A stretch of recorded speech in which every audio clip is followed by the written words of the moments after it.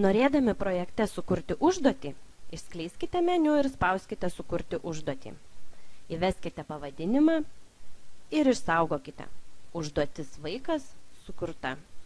Taip pat galite naudoti klaviatūrą. Norėdami sukurti užduotį brolį, spauskite Enter.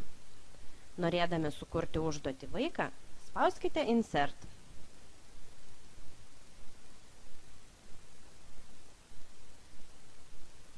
Jei užduoties pavadinime padarėte klaidą, ją ištaisysite 2 kartus spustelėję pele arba paspaudę klavišą F2.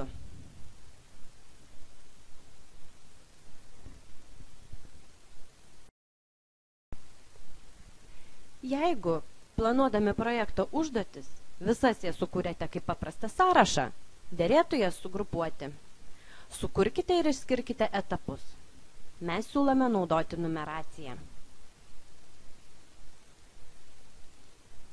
Nutempkite užduotis į atitinkamus etapus. Spauskite užduoties pavadinimą pele ir tempkite. Paleiskite tik tuomet, kai pamatysite žalią varnelę. Jūs galite keisti užduoties vietą medyje bei tarpusavio priklausomybės, bet kada. Tačiau nepamirškite, jeigu užduotis turi vaikų, jų vieta taip pat pasikeis.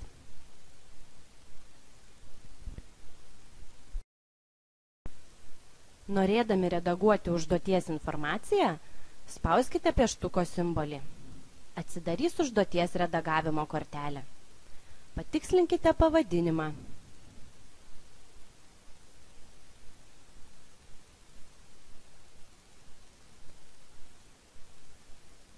Bei pridėkite užduoties aprašymą. Nurodykite užduoties atlikimo datą,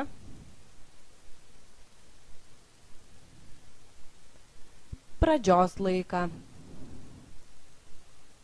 bei planuojamą trukmę.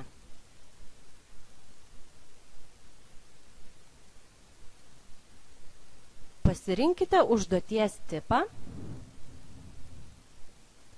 bei prioritetą. Paskirkite užduočiai atsakingą asmenį, įvesdami jo vardą ar pašto adresą. Jeigu norite, pridėkite žmonės į CC sąrašą. Jie gaus pranešimus, kai užduotyje bus atlikti pakeitimai. Jei reikia, pakeiskite zoną, veiklą ar projektą.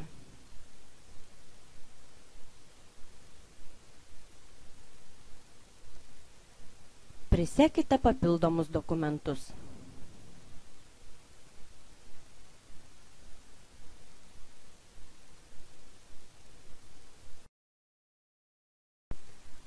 Daugiau video galite rasti mūsų YouTube kanale Bidu TV.